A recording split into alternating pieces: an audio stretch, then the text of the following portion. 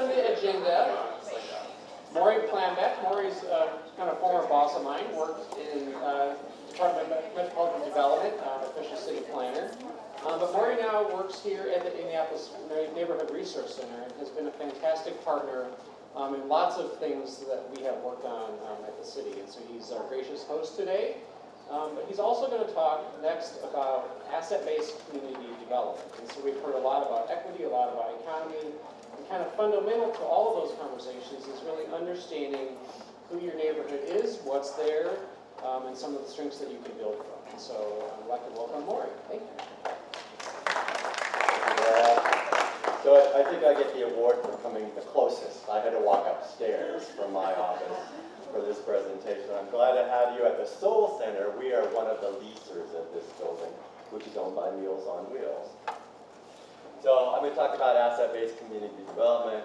If you count all of your assets, you'll always show a profit, and that's a quote by Robert Quillen. Let's see, I need to use Brad. How does this work, Brad? Down. Ah. Down is backwards to me. Up is forwards.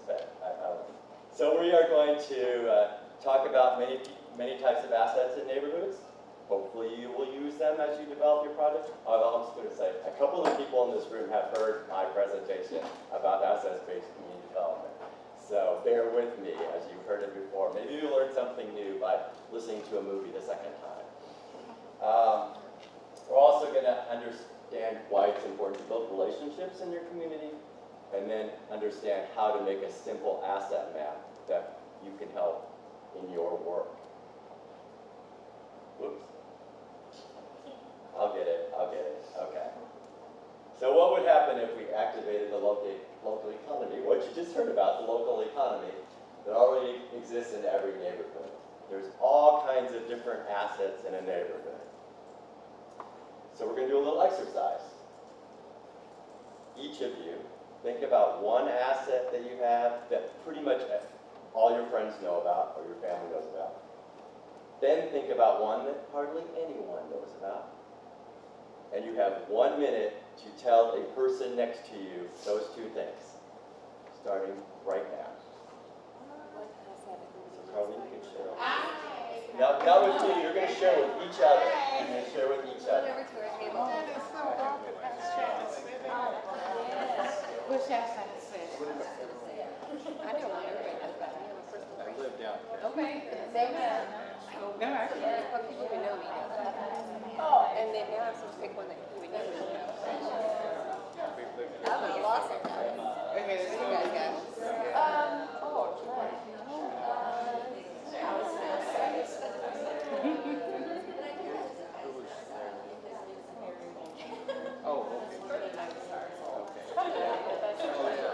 Oh, I'm an HR specialist. But they don't know. I'm a scout.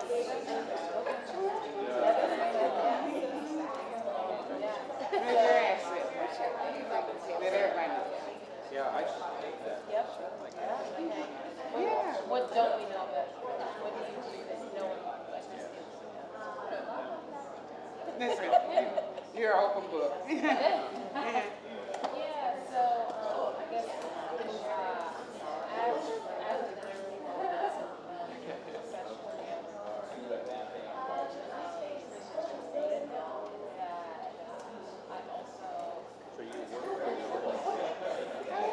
Okay, your minute is up. Your minute is up. So what did you learn about, throw out some of the assets that you learned that people have, or some of the talents that people have? People don't know, I just assume somebody else did it. Chris is good at taking ideas and data and putting them on maps and being able to help with visualize. It's very Great, good. great. Any other things people learned? Come on, sure. You can share one more at least, right? Daniel speaks Chinese. Cool. So if I stop my presentation right now, this is the whole idea about my presentation. In your neighborhoods, you can go around and see some of your assets.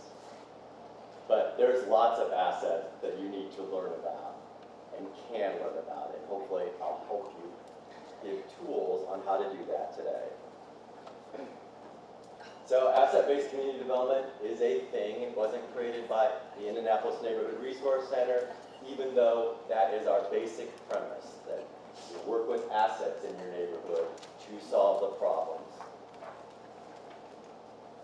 It has shifted the way people think about communities, because in the past, community development was, how do I solve a problem? And then you move from problem to problem and try to solve all of them.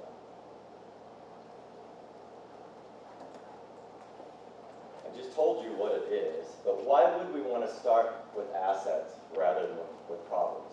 Anybody have any ideas on that? The glass is half full view of the world as opposed to glass is half empty. Yeah, so you have a positive view of the world. I was gonna say, I think your assets in the neighborhood are kind of like a toolkit. So if everybody knows about the different assets, then when things happen, you already know, oh, well, I don't know how to do my taxes this year, but she knows how to do taxes. That's exactly right. Ashley? I was gonna say, problems, they come and go, but if we focus on our assets and what we have and just constantly celebrate those or rally behind those, and we can keep those assets around, throughout all the problems. Yes, your assets are always going to be there. They're going to be somewhat changing. Your problems are going to be there too, but once you fix the first problem, and if you don't have tools to fix the next problem, it might be very different. And so you can use those assets to fix it. The other advantage to assets is they might change. You can refill that glass, even though you have a positive outlook and find some of the positive assets in your neighborhoods, because neighborhoods change over time. And what you are doing is probably going to create some more assets in your neighborhood.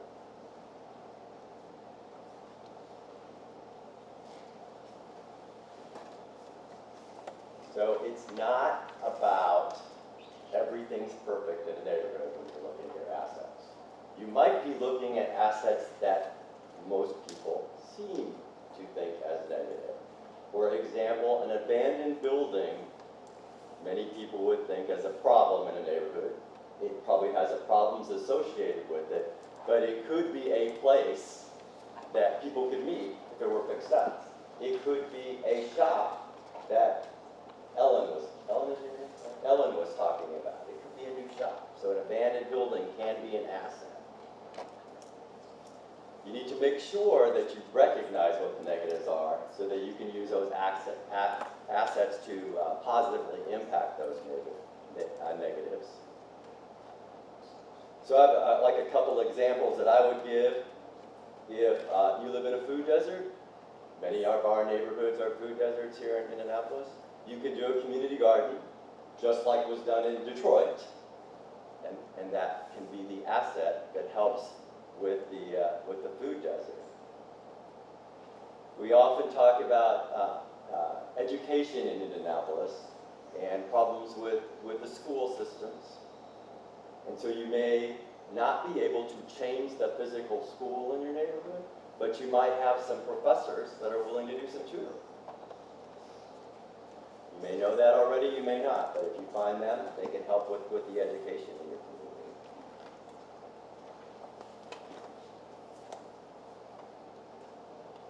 Another factor of asset-based community development is to get rid of negative labels.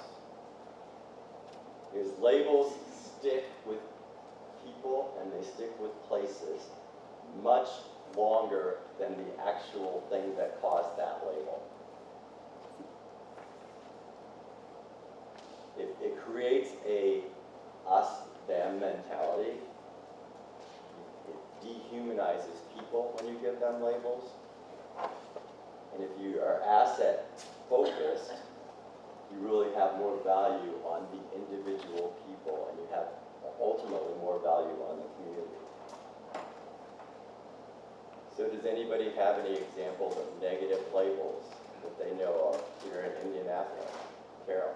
Gentrification, people using that word instead of something else. It kind of feels like a division when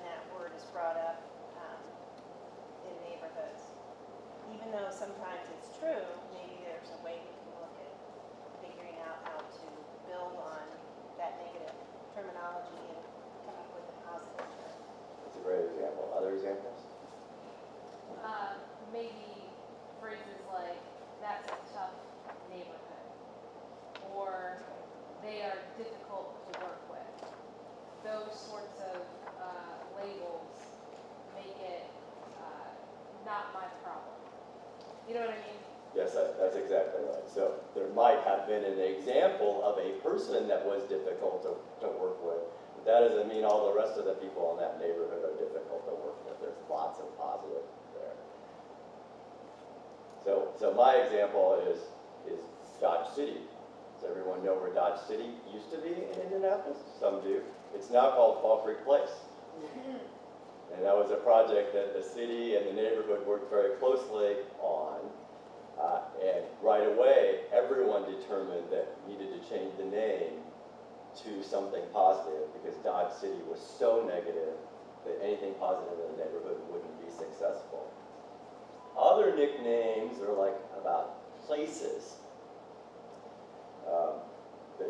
The grocery store at 16th and Central has been called Pro Ghetto many times. I lived near that store for 20 years, and it has changed in a positive way for all of those 20 years, but still people give it that negative connotation, and people don't go to it because of that negative connotation. So it's your job to try to get rid of those names and negative connotations of places and things.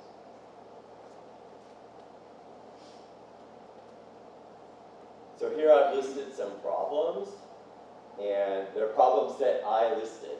The reason I say that is because one time I made this presentation and somebody didn't think one of the problems was a problem. Then I list some assets. So can somebody look at one of these problems and say, well, what happens when you solve that problem? Pick any of them. Anybody would like to do that? You said what happens? Yeah, so if you have a problem with tagging, what happens when you fix the tagging problem? And what I mean by tagging is somebody spray painting stuff on a building that they don't own. So what happens is you fix the tagging problem, and it's for that building, but it doesn't fix any of the other things like unemployment, or it doesn't fix truancy or illiteracy. However, if you use some of those assets in the neighborhood, you can use them to work on many of those problems. So if you have an asset that's a community college, every neighborhood doesn't have them, but the city of Indianapolis does. That's a place where you can have meetings for yourself or for your neighborhood organization. It's a place where students, young people, which is also an example that Ellen gave, I believe it was Ellen, you can have young people involved on projects. And so those projects could be used to solve some of those problems. So just another way to think about the assets and the way that can solve problems.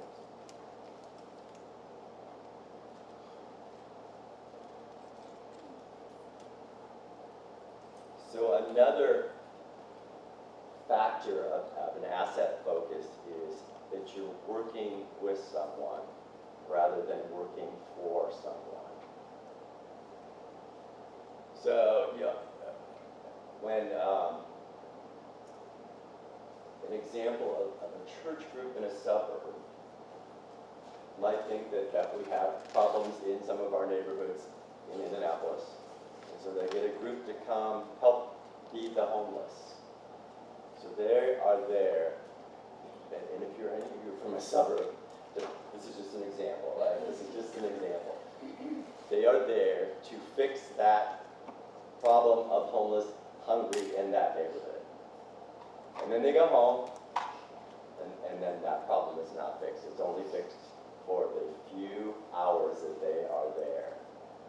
However, if that same church opened up some sort of center in the neighborhood, in the vacant building that I'm talking about, and worked alongside the neighbors figured out what all of the issues the neighborhoods thought were important to work on, there's going to be a lot more long-term improvement in the neighborhood. And so as you are working, it's important for you to think about, are you doing it with people? Are you doing it for people? We really believe that asset focused is doing it with people. It also takes longer to do this improvement with people. Because when you get, we have 20 people in this room, we have 20 different opinions about how things should be solved. If 2 of us are working together, well, it's a lot easier to get those. But if the 20 opinions are going to make you much more successful, because it's going to reflect the opinions of all.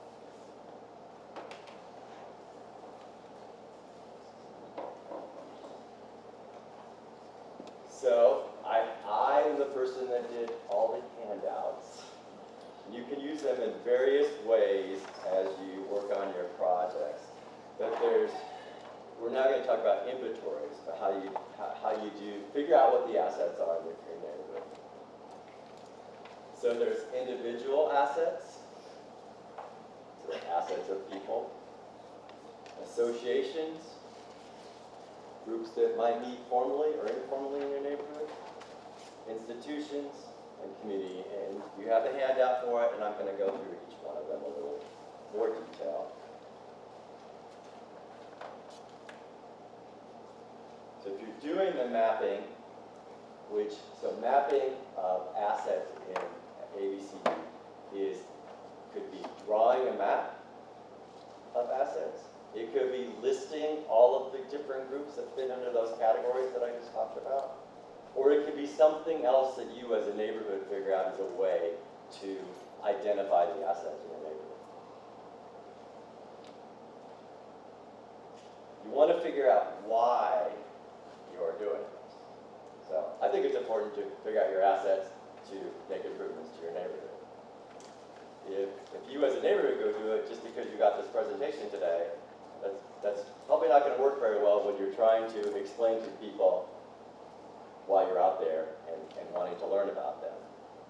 But if it's to do something specific about your project, or as a group you've come up with a bunch of goals and you want to do these different things over the year, that's how you start explaining and using the why. The better prepared that you are when you start mapping your assets and talking to people in your neighborhood, the more successful you'll be.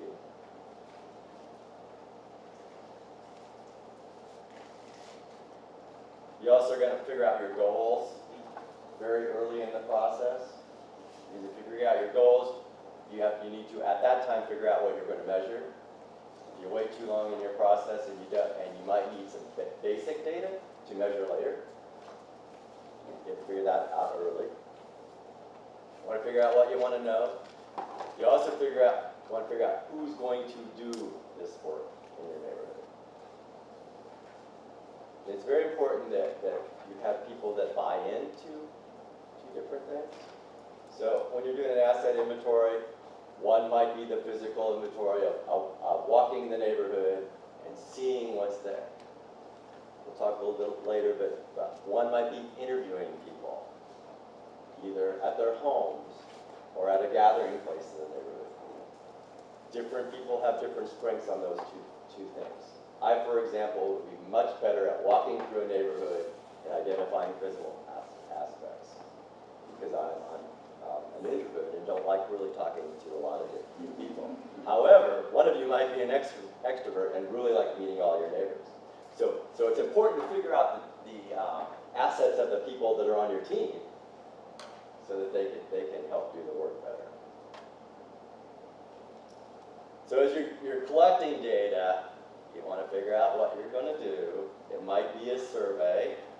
You can do a survey monkey survey, something like that. You can create your own survey.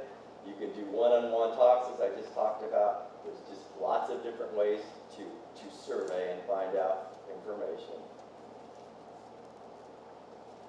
You also need to decide what questions you're going to ask and how you're going to ask them. So as you're thinking about what questions to ask, so a lot of our asset-based community development theory is that most of the assets are people. You know, the assets are not necessarily physical things, even though some are. But even in the institutions and the businesses, there are people that are the assets of those institutions and businesses. So when you're trying to figure out what their assets are, you're thinking about the dreams and the gifts that they have, and what are their concerns. So when we have a whole class about appreciative inquiry here at INRC. And so when you're talking to people in appreciative mode, you're not trying to have them validate what you think about your neighborhood. You just want to know what they think about the neighborhood. It's often, if you'll go talk to somebody and say, well, I want you to come to our neighborhood meeting because I know you're an accountant and I want you to be our treasurer, there's a good chance that they might say no. Because, they haven't even thought about that, and oh man, that sounds like more work for me to do. You talk to that same person about, we are just out here trying to learn who the people are in our neighborhood. And through that conversation, they say, well, I'm an accountant, but I do that every day. I don't really want to do that kind of work in the neighborhood. But I have some other talent. You know, I'm really good at graphics. They may or may not want to help, but all of a sudden you learn some other asset from them.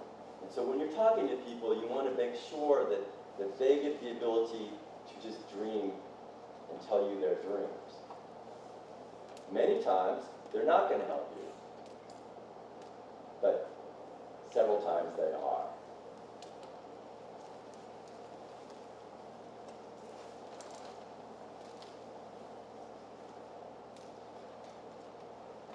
So as you're doing an individual asset, that's talking to people in your neighborhood. You just want to identify their skills and their gifts and their talents. So you just really want to make sure they know you're only doing it for information purposes at this stage in the game, which is the beginning stage of the game.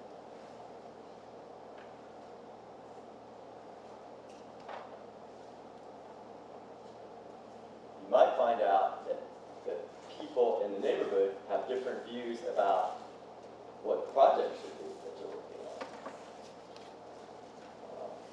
on. I've seen many examples of a small group of people figuring out this is what our neighborhood should do. Certainly it's the small group that's been involved. And then you get out there in the neighborhood and lots of other people don't think that's what we should be doing. Years ago, when I was doing a tree planting in my own neighborhood with my neighbors, and we worked with Keep Indianapolis Beautiful here, we were out there literally planting the trees, and somebody came out of their door and said, I do not want a tree in my house. The hole was already dug. So you need to be thinking about people like that are impacted, not intentionally, but impacted by what you're doing, and try to get as much buy-in as possible. Talk about dreaming big. Involving people that are not like you is also very important. Diversity of race, diversity of income, diversity of age, the diversity of abilities, all is important to your neighborhood. And pretty much every neighborhood has a very diverse group within it. And often some of the groups aren't involved in the neighborhood work. And as you're doing this, somebody might just feel like they're connected with you just because you talk to them.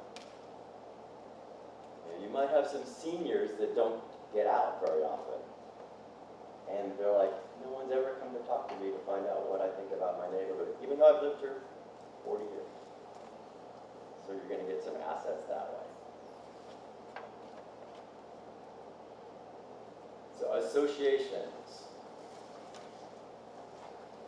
So the idea in this is to figure out You know, what kind of associations work in your neighborhood or available for your neighborhood?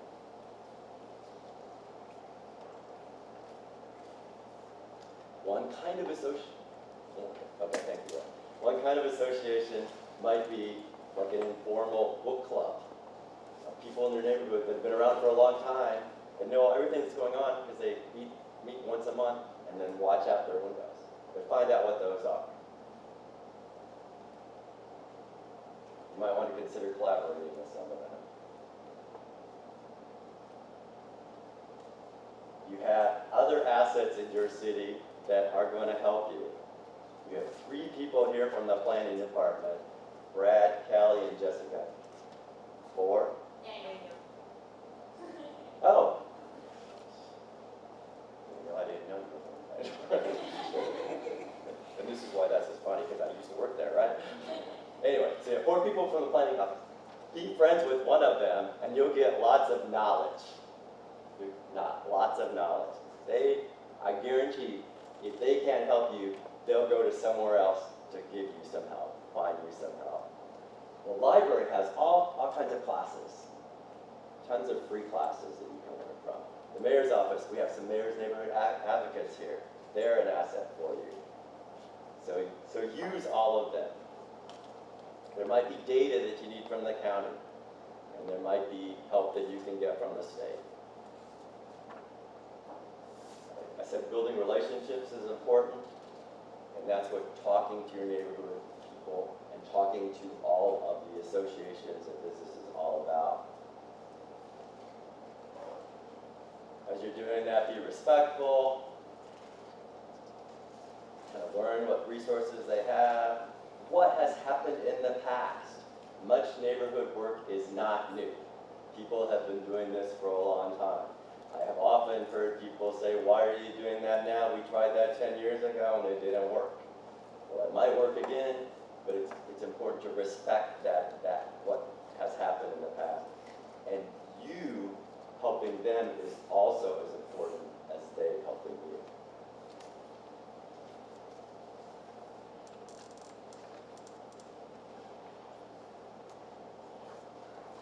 So for just a couple of minutes, the very last handout that I gave was this. If I were going to do asset mapping, I would use this. You don't have to look at it now because I wrote these 3 things on it.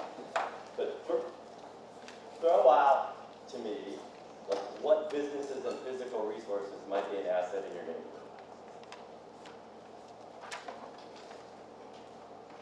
You are the shyest group I have ever had. School? Yeah, school is great. Right across the street from the United Chief Academy, which is one of the schools I work with, and then there's also a like a little corner store.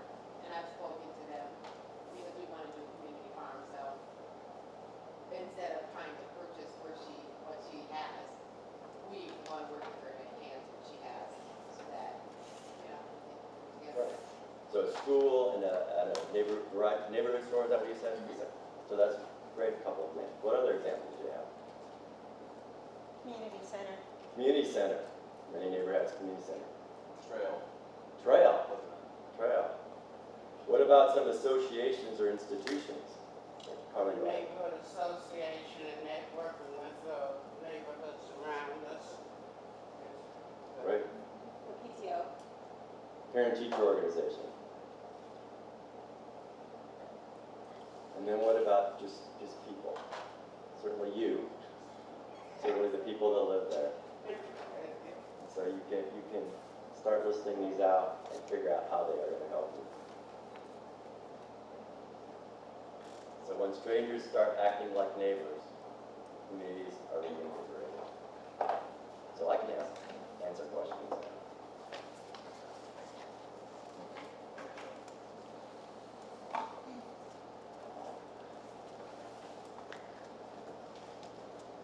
I guess I don't need to answer any questions.